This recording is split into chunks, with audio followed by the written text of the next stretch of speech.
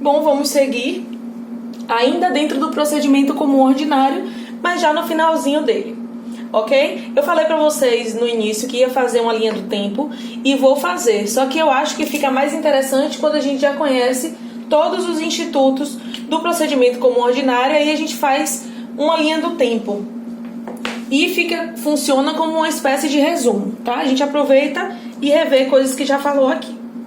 Então, o último vídeo do procedimento comum ordinário, eu vou fazer a linha do tempo com um resumo. Mas, sem mais delongas, vamos entrar, então, na audiência de instrução e julgamento.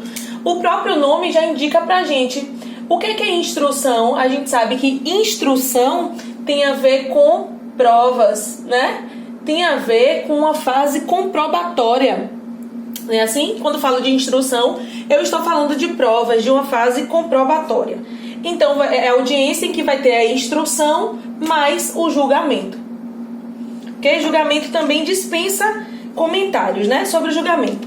E a previsão legal, onde é que a gente acha a audiência de instrução e julgamento? Lá no artigo 399 do nosso CPP. Ok? E aí vamos começar, então, pelos princípios. Princípios da audiência de instrução e julgamento. O primeiro princípio que nós temos é o princípio da identidade física do juiz. E o que diz pra gente esse princípio?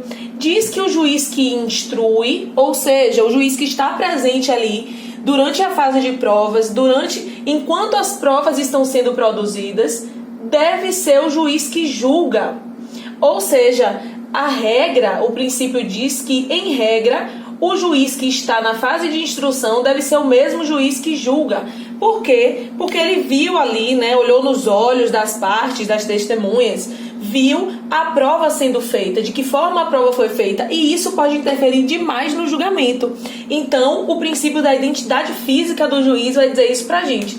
Só que esse princípio vai ter uma mitigação, vai ter exceção. Ou seja, não é um princípio absoluto, não é uma regra absoluta.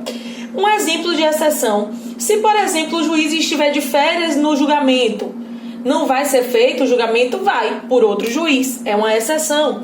Ou se, por exemplo, o juiz foi afastado, por algum motivo saiu daquela comarca, ou se aposentou, então vai poder ser julgado por outro juiz, mas não é o que se espera. A regra é o princípio da identidade física do juiz. Ok? Significa que em condições normais, o juiz que instrui vai ser o juiz que julga. Ok. O princípio da identidade física do juiz, a gente acha lá no parágrafo 2º do artigo 399. Ok. O segundo princípio é da oralidade. Esse aqui é muito tranquilo pra gente. Que a audiência deve ser feita de forma oral. Aí vocês podem perguntar assim, mas se tiver alguém reduzindo a termo, ou seja, escrevendo aquilo, significa que vai ser escrito e não oral? Não. O fato de reduzir a termo não tira a oralidade do ato, não tira a característica de oralidade do ato, ok? Além disso, temos como princípio a concentração.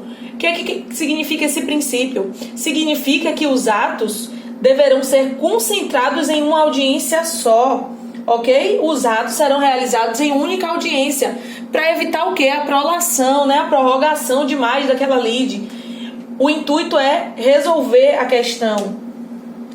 Outro princípio, imediatidade, não é? Significa que deve ser resolvido e julgado de forma imediata. E isso não significa dizer que não vai ser observado o princípio da ampla defesa e do contraditório, ou seja, devido ao processo legal, devem ser observados. Deve ser imediato, porém, sendo observados os princípios do devido processo legal, qual sejam ampla defesa e contraditório.